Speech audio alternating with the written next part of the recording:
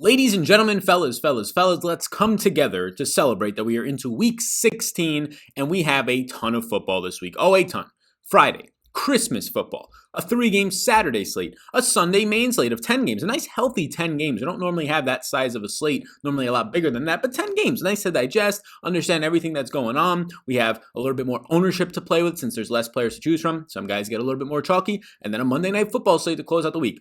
4 days in a row of football. I don't remember the last time that I actually got to say that I had 4 days in a row of NFL football. It has been a ton of fun. So everybody, sit back, relax, take your shoes off. How y'all doing? Hope you're having a fantastic day, and we're going to break down this slate as we always do. Now, here's a big disclaimer at the beginning of this podcast and YouTube video because I know we'll get some comments on it. If something happens, hopefully nothing major happens, knock on my wooden desk right here, that might be some metal just covered up by wood, but either way, it still counts. If something happens, a team gets struck by COVID would be the worst possible thing. Hopefully they stay healthy, and then, all that stuff affects the slate. I'm recording this early in the week on a Tuesday. It is going to be a travel week for me because you have Thursday, Christmas Eve, and then the holiday on Friday. I'll be traveling on Wednesday morning, so I want to make sure that I get all my content uploaded or at least scheduled out beforehand, edited throughout the week, and things like that. So I'll be updating stuff throughout the week on Patreon, on Twitter. I'll put some pinned up stuff in the comment section down below, just in case anything does break, as this video will be releasing a little bit earlier than usual. We normally release this video on a Friday, probably going to release it a day or two earlier this week so that you guys can have it, because nobody's going to want to watch these videos on Christmas, right? They're going to be watching the full day of NBA basketball, which be sure to check out the channel because we might have a video for that to help you with that. They're going to be watching and spending obviously time with their family. But we will be breaking down this 10-game slate, like I said, a nice healthy size slate. And before we do, hit that like and subscribe. I appreciate that. And the proud sponsor of today's video, Jock Market. And Jock Market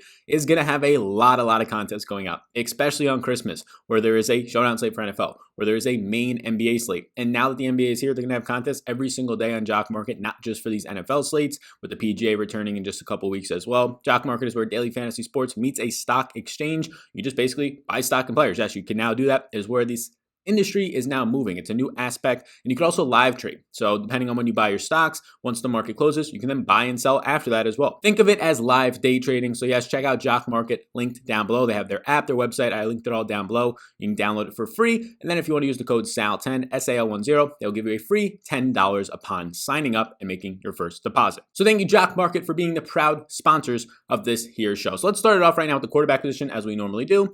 And as always, quarterback will be heavily swayed based on the stacks that I can get to. And on this slate, look, it's a 10-game slate, so there's only 20 quarterbacks to choose from. And there might be some guys that we have to watch out for injury news. What happens with Dwayne Haskins, Alex Smith situation? That might be really the only thing that we're really waiting on in terms of injury news to this standpoint. And honestly, a lot of this slate is kind of gross at quarterback, so we might see some condensed ownership, and we probably should. Some popular players in good spots, right? Jalen Hurts we could talk about. Some guys that continue to just play really well this season, and Desean Watson and Patrick Mahomes, no matter what the matchup is. But as we look down the quarterbacks, there's just a lot of guys that have like a 21 or below team total. You get down to the bottom where I don't want to play Ryan Finley or Brandon Allen, whoever it's going to be for Cincinnati, Daniel Jones, Sam Darnold, right? Drew Lock, Gardner Minshew, Haskins. All these guys are just easy no's for me. Then you have those stationary quarterbacks who Matt Ryan went off last week and should be playing from behind this week. Maybe you get Julio back. Could be an option later in the week against Kansas City, but a terrible implied total of 21.5. Same exact thing for Phillip Rivers against a tough Pittsburgh team. So you could really quickly condense this slate down just from a projection standpoint, which we'll have projections on Patreon later in the week. All of that will be updated for any of the news, so you can follow along with the projections, rankings, ownership, all that stuff,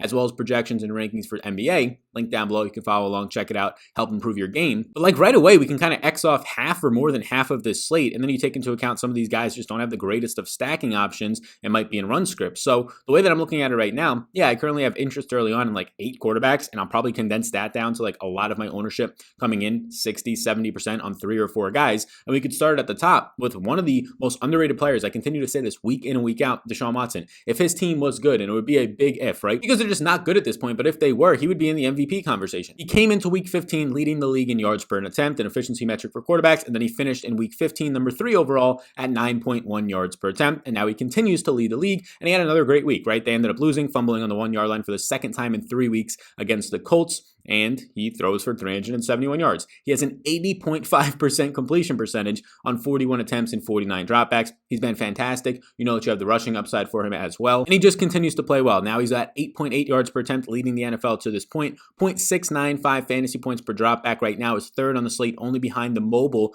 Jalen Hurts with a smaller sample, and then the bigger sample of Lamar Jackson, who leads the slate in fantasy points per dropback because of his rushing upside. But you're getting 28.4 rushing yards per game right now out of Mr. Desean Watson. That is basically basically right around third or fourth in the slate, hovering around Mitchell Trubisky and Daniel Jones for the second highest on the slate, basically behind Lamar Jackson. And here's the thing. Now you get a matchup against Cincinnati that ranks dead last in pass rush. And the offensive line for Desean Watson was good at the beginning of the year, and it's kind of gotten worse since then, but Cincinnati ranks dead last in pressure rate and pass rush, and the passing options are there. You know that it's Brandon Cooks. You saw the deep touchdown, a more limited volume for Chad Hansen last week. Jordan Akins finally got going as he continues to run routes and actually brought in a couple of receptions. I believe 5 or 6 receptions. I think 5 receptions for around 50 yards in that game. Kiki Kute continues to run a lot of routes and have chemistry. Got in the end zone yet again for the second time in now 3 weeks for Desean Watson and this team. So there's a lot of stacking options. You even saw David Johnson get involved in the passing game last week, which if he saw another 11 targets, yeah, he would have enough correlation for me to want to get there, but I'm probably not going to want to get there. I don't know if I trust that too much, stacking him up with his running back, David Johnson. But Desean Watson, run back options on Cincinnati. We're hoping Brandon Allen's back because he's at least at sustaining these weapons in Tyler Boyd, Higgins, right? AJ Green even 2 weeks ago before the Pittsburgh game did well. So Desean Watson at $7,600 with a 27 implied team total. I do like that. And also, if you're not already familiar, we do have merch now. You can see I'm wearing it right here. Get a nice look on it if you're watching the video version. The merch store is going to be linked down below. Just a big energy merch store. You can check it out. Bunch of stuff depending on when you're watching this. It might already be Christmas, might be right after. But just, go ahead, check out some of the merch that's in there right now. A lot of different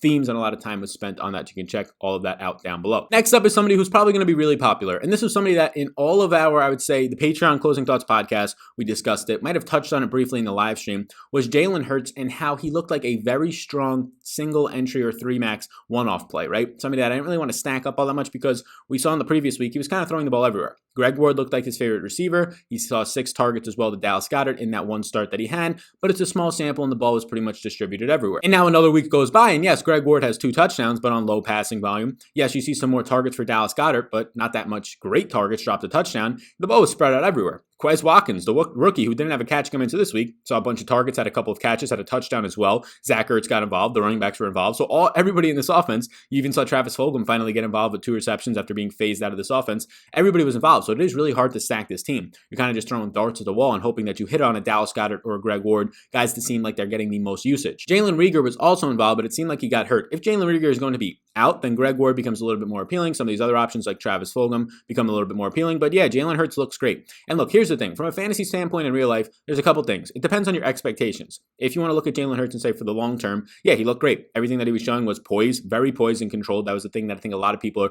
noticed in that game if you watched it. A lot of people are saying today that just the confidence from Jalen Hurts, the second round pick, was fantastic. Now he gets a good matchup against Dallas. And if you want to look at the numbers last week from a fantasy perspective, of course it looks great. Over 300 yards passing, 3 touchdowns, 4 total touchdowns with a rushing touchdown and 7.7 yards per attempt. He was pretty good. I mean, the one knock that you can put on him was that he dropped back 55 times and only completed 24 passes. He was sacked 6 times. He ended up only completing 54% of his passes. So that's the one knock. But again, this is a rookie in his second ever start, and he ended up really jolting this offense forward. And again, from a fantasy perspective, if we're going to get any sort of rushing upside like we've seen from him now, 100+ yard rushing game, and then scoring a touchdown on the ground last week, that puts this guy's floor in an insane spot when Dallas's running defense has just looked terrible so far. Look, Jalen Hurts now in a small 2-game sample is the second overall fantasy points per attempt player. Makes sense when you have 100+ rushing yard game and then another 4 touchdown total game. But Jalen Hurts looks good. Again, this is the sticky situation, or a tricky situation, I should say, like Lamar Jackson. How do you stack up Lamar Jackson? Every week it's Mark Andrews and then maybe Hollywood Brown. This is going to be a similar situation with Hurts. We've seen the rushing upside now for 2 straight weeks. I feel a little bit more confident, though, stacking him with the Dallas Goedert. You can have a cheap Greg Ward on this slate if you wanted to get there. If Jalen Reagor is healthy, I would end up going there more so over like an Alshon or a Travis Fulgham. Run back options on Dallas are all over the place, right? Depending on what happens with the running backs, if Zeke is in or out, there's an option there for either way, Pollard or Zeke, depending on who's healthy and who's not. And then where I would really look is the wide receivers. Continue to get so much consistency out of CeeDee Lamb. Amari Cooper has a down game, but I would still be fine going back to him. Those would be my 2 main options. And then my third and final yes, and then we can talk about some of the maybes, is going to be Mr. Patrick Mahomes. Here's the issue with Patrick Mahomes. They are damn expensive. And it makes sense that they're facing the worst team in terms of giving up the most yards per play in terms of efficiency. 2 offenses right now. Dead last is Atlanta, and it's the best matchup for quarterbacks this year.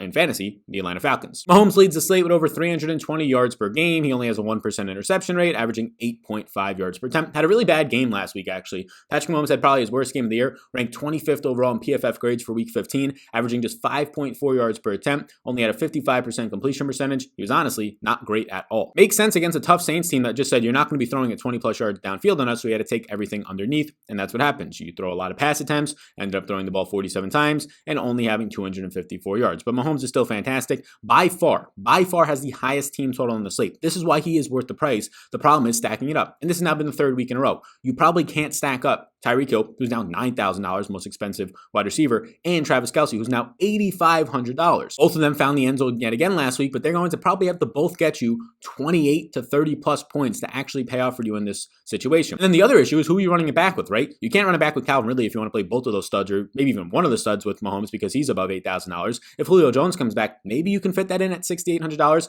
but it doesn't look too promising that that's going to happen. So you probably have to punt down on your run back between a Hayden Hurst, which then you probably can't play Kelce, between a Russell Gage. So it is a little bit tricky here. But I do think that keeps the ownership down on him because of how expensive they are. You could definitely play a Patrick Mahomes with a Tyreek Hill and then go down to a Sammy Watkins or a McCole Hardman, run it back with a Russell Gage, and it's not that expensive of a stack when you get those extra pieces in there for a lot of upside. Again, this team has an implied total of 4 points higher than any other team on the slate. This is something to keep an eye on. This is a totally different defense. So if people are going to get soured based on Mahomes' performance and this offense's performance last week, when they still put up a ton of points, he still had 3 touchdowns passing because it was the Saints defense, which is borderline top 3 in the NFL over the past 8 weeks. Now they go up against arguably the worst defense in the league in this Atlanta Falcons overall secondary. Yes, I think Patrick Mahomes is definitely in play. You just have to get a little bit creative with your stacks here. I don't think you'll see ownership on this. $8,500 is expensive. So are his passing options, but that's why Sammy Watkins and McCole Hardman will be a little bit sneakier plays to lower the overall price of that stack. And then some other options. Lamar Jackson continues to play well, got in on the ground again. Second highest team total on the slate as a 10-point favorite with a 28 implied team total. He's only sacked 4% of the time this year, the second lowest on the slate, and he's averaging by far a slate high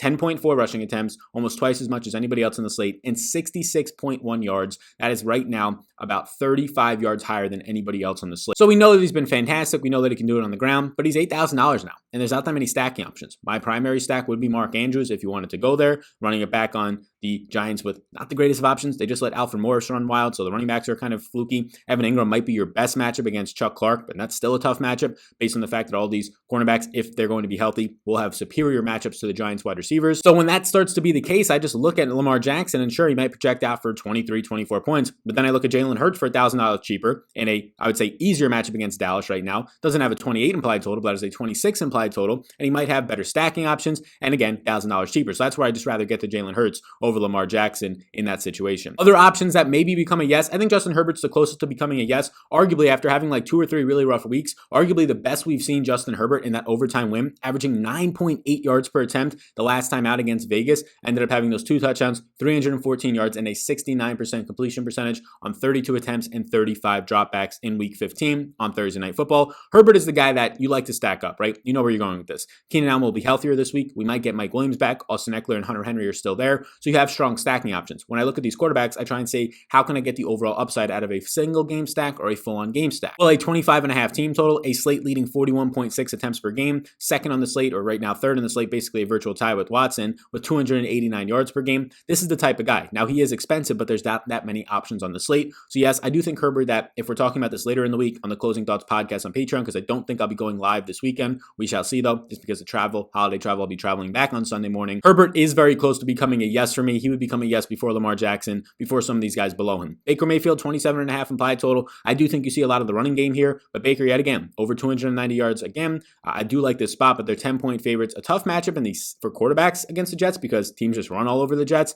and I think that's what you're going to see for a Nick Chubb week. Baker has been really good, but $6,100. Who do you full on stack it up with? Higgins and Landry probably, but I do think I lean the running backs here. Jared Goff will probably be like a sexy, sneaky pick for a lot of people this week, but in competitive games, yeah, he has been throwing 40 times and putting up decent points, but a 23 implied team total here. Seattle has gotten a little bit better in the secondary, albeit some easy matchups, and Goff is just not throwing a ton. Like, he's up to 37 attempts per game. That's skewed by like 2 or 3 games at this point. They really don't make him throw a ton. Cam Akers coming off of a pretty tough game, but he still led that backfield with 15 attempts to just 1 attempt for all the other guys in the backfield. So I can see why Goff could be interesting as a 2-point underdog in this matchup against Seattle secondary at $5,900. He just has to have that big game of 300 yards and 3 touchdowns to really pay off for you because he has no rushing upside. He has a couple of rushing touchdowns though from inside the red zone, so maybe that's turning a little bit for him, but right now only averaging 5 rushing yards per game. Another cheap option in the 5K range outside of Goff would be Mitchell Trubisky, and you know what you're getting here. Some mobility, 18 rushing yards per game at this point. A 6.5% touchdown rate is very sneaky efficient out of Mitch so far this year, so keep an eye on that. He has actually a nice matchup against Jacksonville.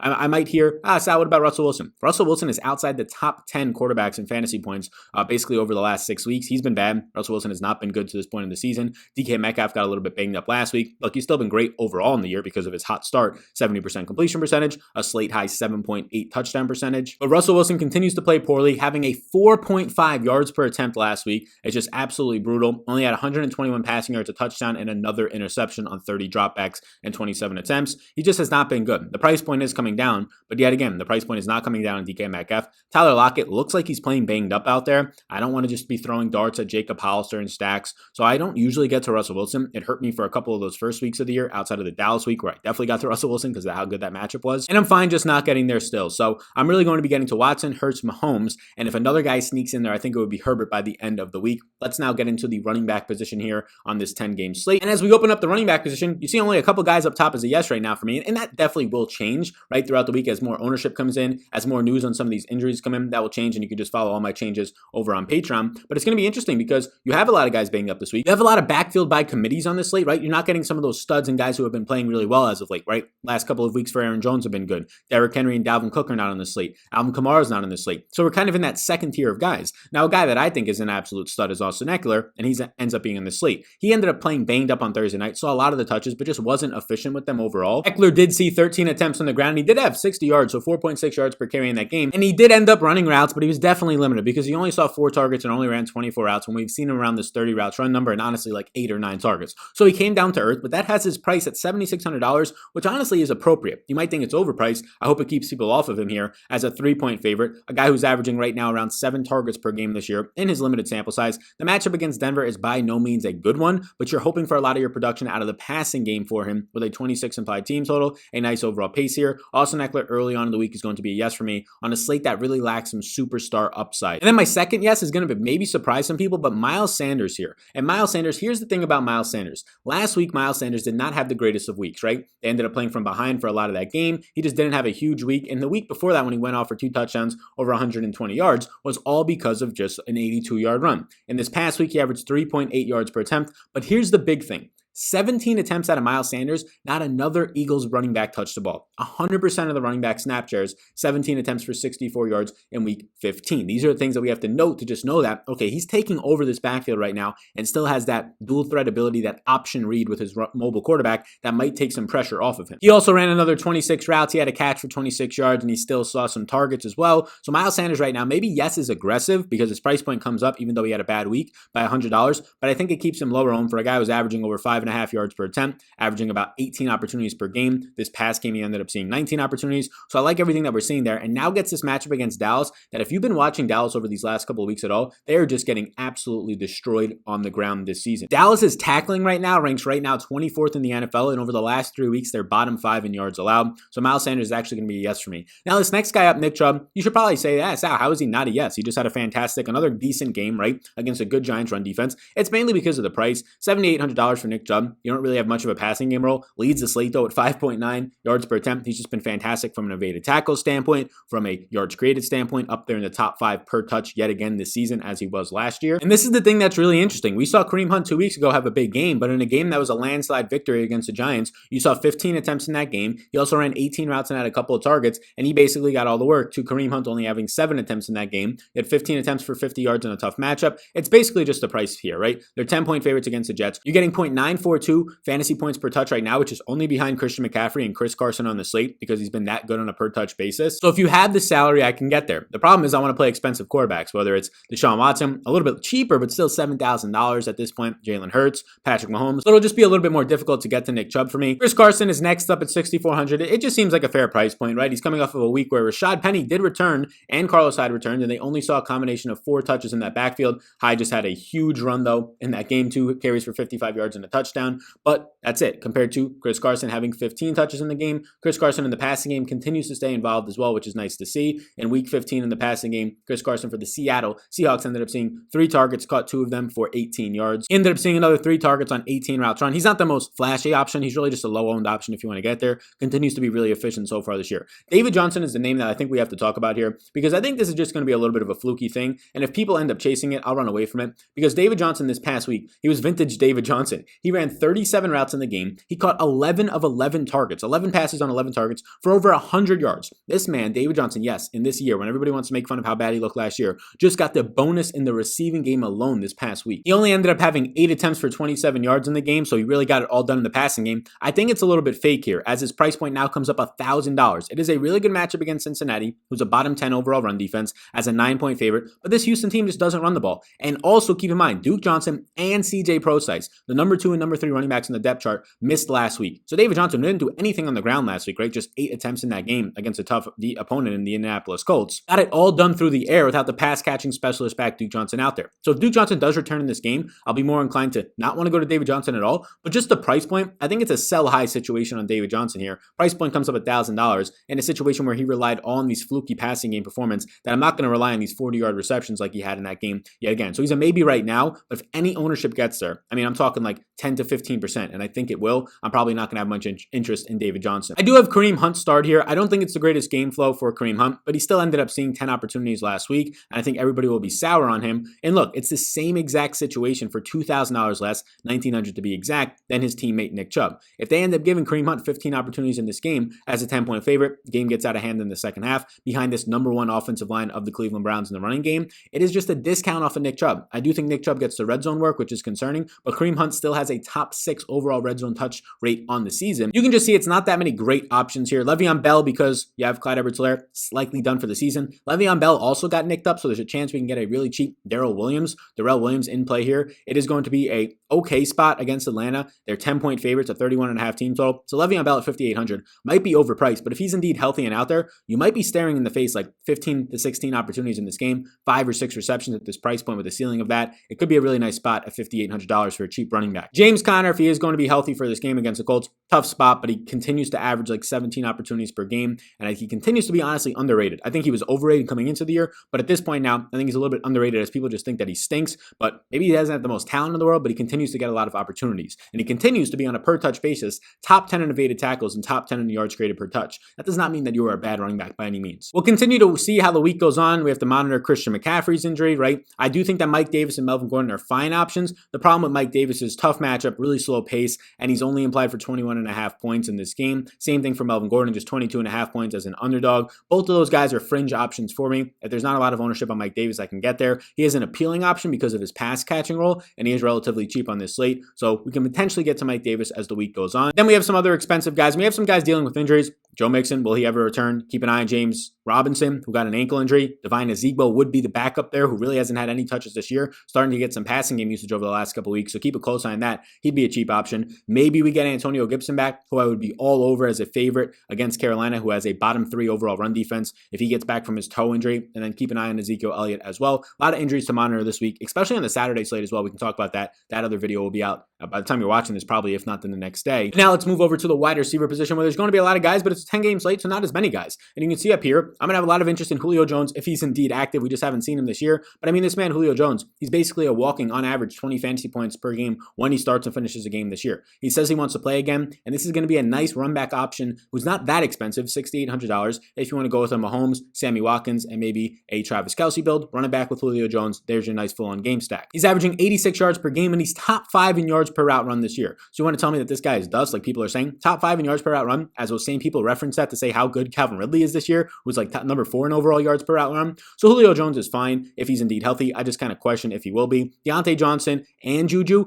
So this has happened one time this year. I like both of these Pittsburgh receivers, as we try and get the merch shown a little bit again. You see that? I like both of these Pittsburgh wide receivers in Juju and Deontay, but I don't like Big Ben. And really only once this year has it burnt me by not going to Big Ben stacked up with them. I would prefer Deontay Johnson. Does lead the league in drops right now overall, but he's also top 12 in overall yards after the catch, 11th overall, I believe, to be exact. He averages 9.4 targets per game. He's had basically 7 straight weeks of 7 or more targets. I'm recording this before the game ends on the Steelers game, so just keep that in mind if something happens to Deontay Johnson or Juju of my recording. If they get hurt, well, obviously it's because I'm recording this right before the game is happening or going on.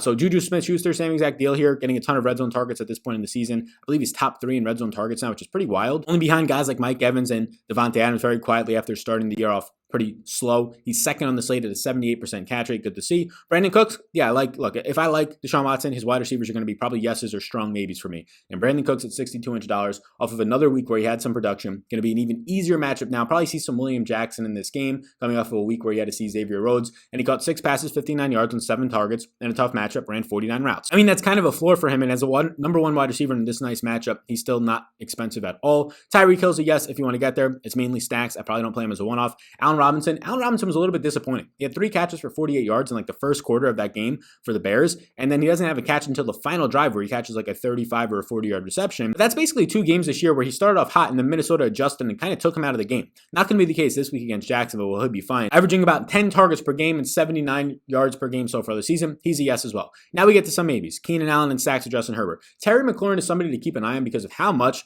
55 attempts. We're not going to see that again out of Haskins or if it's Alex Smith starting. But Terry McLaurin ran 62 routes, led the entire slate last week in week 15, got 7 of 12 targets for 77 yards. He just continues to see a ton of targets. But the rest of his team also saw targets. 10 targets for J.D. McKissick out of the backfield, 7 for Cam Sims, and 17 targets, 13 receptions, over 100 yards for Logan Thomas. Terry McLaurin, his price point is decreasing. A fine matchup against Carolina here. I really don't know. Maybe they put Jeremy Chin, the safety that they're using as a slot cornerback these days. I don't think they'll put him on him. You're probably going to get somebody like Dante Jackson on the outside against Terry McLaurin. That's a massive advantage for McLaurin, who leads the slate in air yard share for his team in the entire league at 42.4% of his team's air yards. Some other options down here. We saw DJ Moore break out. Tougher matchup now against Washington. I'm okay to get there. I like Amari Cooper as a run back, especially Amari Cooper coming off of a dud week. The consistent option, the most consistent option without having any like poor performances no matter who the quarterback is this year is probably CeeDee Lamb. He had another 6 targets, caught 5 passes, 85 yards. He actually brought down that onside kick return for a touchdown as well, which was pretty cool. And Amari kind of struggled this past week. Just 2 catches on 34 routes run and 3 targets. So I do think that I like both of them if you're running it back. CeeDee Lamb's a little bit cheaper here for $400 less. Amari has the bigger upside in this game. If Darius Slay is back, he'll probably see him. It's a fine matchup for Amari if Amari comes back and is going to be healthy in this game. I probably prefer CeeDee Lamb as your run back on those Jalen Hurts stacks, but both of them are in play for me. Robbie Anderson is in play as well. I always want to get the Teddy Bridgewater, and it's worked like once or twice this year. I actually played him on the Saturday slate in my main lineups.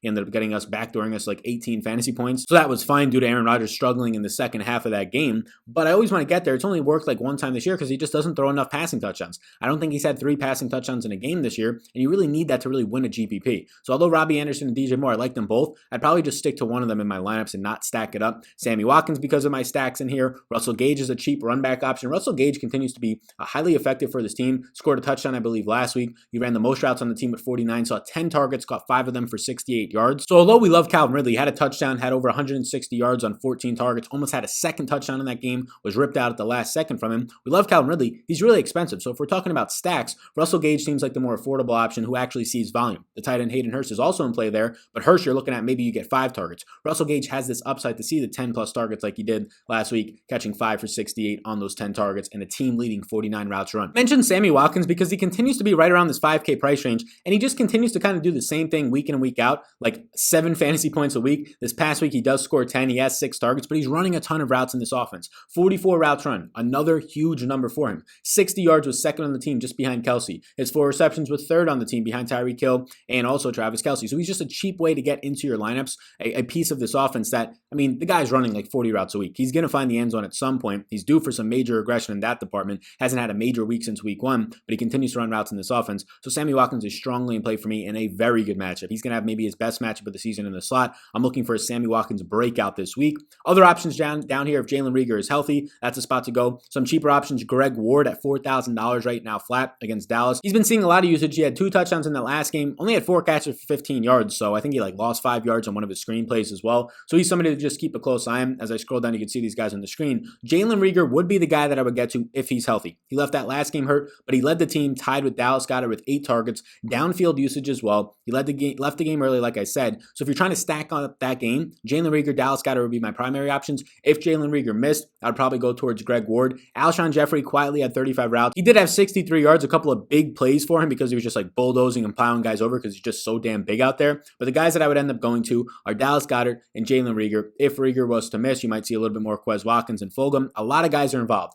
This past week, you ended up seeing in this offense, 8 guys run 20 or more routes, and only one of them was a running back, Miles Sanders. That's a lot of guys involved, so it's tough to really pin down this offense. So Reagor, Goddard, and Ward, probably in that order is where I would go if you're picking between them. Hardman stays in a player pool for me just because he's cheap and he's only $3,100 $3,100. Another way to get exposure to that game, not only in the passing game, but on special teams potentially. For McCole Hardman, as we saw 2 weeks ago, I got a special teams touchdown and helped out some expensive Chiefs stacks. Darnell Mooney found the end zone again, another cheap option. I think Greg Ward's the best cheap option. If you're trying to go for a below $4,000 play, I would go to McCole Hardman and hope that he can pop off for you. Just some more stuff on McCole Hardman. And also we could put Demarcus Robinson into that group as well, because Demarcus Robinson ran 31 routes. He had 3 targets, had 4.7 fantasy points. McCole Hardman, though, this is pretty big. Ran 25 routes, had 9 targets. 9 targets in week 15. So Hardman at $3,100. Keep him in your player pools. Keep him in your Chief stacks. He ended up being second on the team in targets, tied with Tyreek Hill, only one behind the team leader in Travis Kelce against the Saints in week 15. To the tight end position we go, and yeah, Travis Kelce is damn expensive. This is why you can only really pick one of him or Tyreek, unless some really cheap running backs open up yet again that are super cheap, right? So what he's doing this year, 26% of his team's air yards, leads all tight ends so far this season,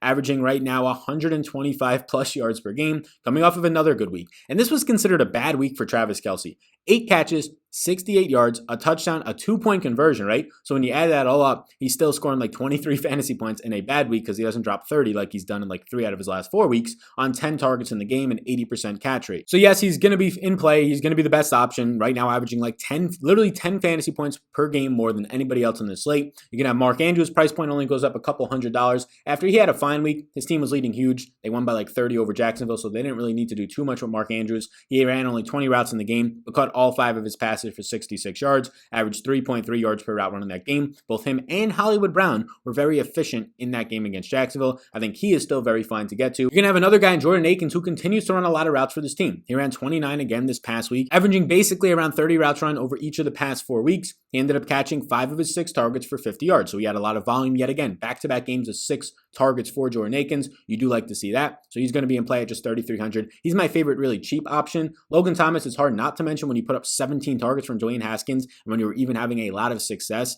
with Alex Smith if he was to return over 100 yards. This is now back-to-back games of career games for Logan Thomas. Goes for 13 catches on 17 targets for 101 yards in week 14. Logan Thomas has now had career games in 2 out of his last 3 games. Back in week 13 against the Steelers, I believe it was 9 catches, 98 yards. And that game set all career highs, right? The former, I think, Cincinnati Bengals quarterback, he was named the starter, or maybe the Arizona Cardinals. And then they said, we're not going to do it once they saw him in training camp. And then this past week, 17 targets, ended up catching 13 of them for over 100 yards. He's been fantastic. It's hard not to mention him this week where his price point is still pretty fair. Noah Fant looked maybe the best he's ever looked because he's been the healthiest he ever has been this past week for Denver, playing from behind the whole game, so that's going to help, but they're expected to play from behind against the Chargers in this one. It's going to be a nice matchup for Noah Fant, who did end up running just 24 routes. He was targeted 11 times on 24 routes, by far a team high. The next closest guy was Jerry Jeudy, who seems to be playing banged up, 5 targets, just 1 catch, but Noah Fant, 8 catches, 68 yards and a touchdown, again on just 24 routes run. That number is not going to stay the same, so you're going to need those routes run to go up towards 30, because if he continues to run 24 routes, he will not be targeted on like 45% of them. It's probably going to get closer to like maybe 30% of them. And then you still see a healthy 8, which is a nice thing to see out of that. And then a bunch of guys all kind of look the same to me. Eric Ebron has a high target share, high routes run, right? Top 5 in the NFL. Hunter Henry is still used in the red zone, and for those Herbert stacks, he also looks fine. If you want to get to Evan Ingram, it's a terrible team implied total at just 18, but it's not that bad for a tight end who, even with Colt McCoy, had 4 catches, 46 yards on 7 targets. Continues to be involved. Second most routes run on his team, just behind Darius Slayton, who ran 31. Evan Ingram ran 30 last week. So just keep a close eye on that. If Daniel Jones is back, I do like Evan Ingram a little bit more. But again, Jordan Akins is a lot cheaper, and a couple other guys are not that much more expensive for better game situations. I continue to be impressed by Austin Hooper, but as a big favorite in this one, you might not see the volume, and he caught 100% of his passes. He found the end zone, which salvaged his week, but he did have 5 catches, 41 yards, which is a decent performance, especially at the price point of just 3,500. Nice matchup here with a nice implied total, but he's really going to have to continue to catch all of his passes. He found the end zone, that was good to see, but I don't think you're ever going to get huge volume out of Austin Hooper. 5 targets is probably some of the bigger volume weeks that you get out of him because it's such a concentrated offense between right now Rashad Higgins and Jarvis Landry in the passing game, and when they don't pass all that much, it's the running game that gets going in Cleveland. Hayden Hurst, we've mentioned a couple of times. He had 5 targets last week, found the end zone. He's a nice run back in your Chiefs stacks as a cheaper option. And that's kind of it. We've already mentioned Dallas Goedert a ton to the point where at 3,600, coming off of an 8-target week, dropped a touchdown last week, seems to be maybe the 1A, 1B option for Jalen Hurts so far through a couple of games. He's definitely in play. Dallas Goedert, we're actually going to make a yes right now because we do like Jalen Hurts, and if we're going to stack him up, Goddard, especially if Jalen Reagor is out, it's probably going to be one of our top priorities there. So that's where I'm at with tight end right now. If you're trying to punt tight end, $3,300 Jordan Akins looks fine. I know some people are going to want to go down as I scroll down here to like Jacob Hollister because Jacob Hollister found the end zone last week, but it's just not something that I want to rely on, especially since he found the end zone last week, right? He did run 17 routes, but just 2 targets. He caught 2 of them him, ended up finding that 10-yard touchdown. Not something that I really want to be relying on. And then nobody else down here looks all that great. Yes, Cole Kmet, the rookie, has been continuously involved in this offense, but now you're getting back-to-back weeks, I believe, of Jimmy Graham having some production and finding the end zone. Kmet running just 20 routes last week because they didn't have to pass all that much. He caught 2 of his 2 targets for 12 yards. Not something that's going to make him all that much of a priority for me. So the tight ends are where they are right now. I think Goddard's in play. Obviously, if you can afford Kelsey, he's in play. Thomas, Akins, and Andrews. So kind of where I want to go with my quarterbacks. I'll be trying to prioritize my tight ends from that. So again, if I get to Herbert, I'll try and go there with some Hunter Henry as well in stacks and things of that nature. So thank you so much for tuning into the Week 16 DraftKings NFL Picks video. We'll have a Saturday slate, but there's a 3-game slate video out as well. Maybe it's already out depending on when you're watching this. We'll have a Friday Christmas video if it's not already after Christmas. Otherwise, disregard that. We'll have a showdown slate for that. We'll have NBA content as well for the Christmas Day slate. So be sure to check all of that out on this YouTube channel by liking and subscribing. Appreciate you a ton in advance for doing that. And also check out my Patreon, link down below. Greatly appreciate any of that support. Check out Jock Market and support the sponsors of this show. Daily Fantasy Sports becomes a stock exchange. Thank you, everybody, and I will see you all in the next one.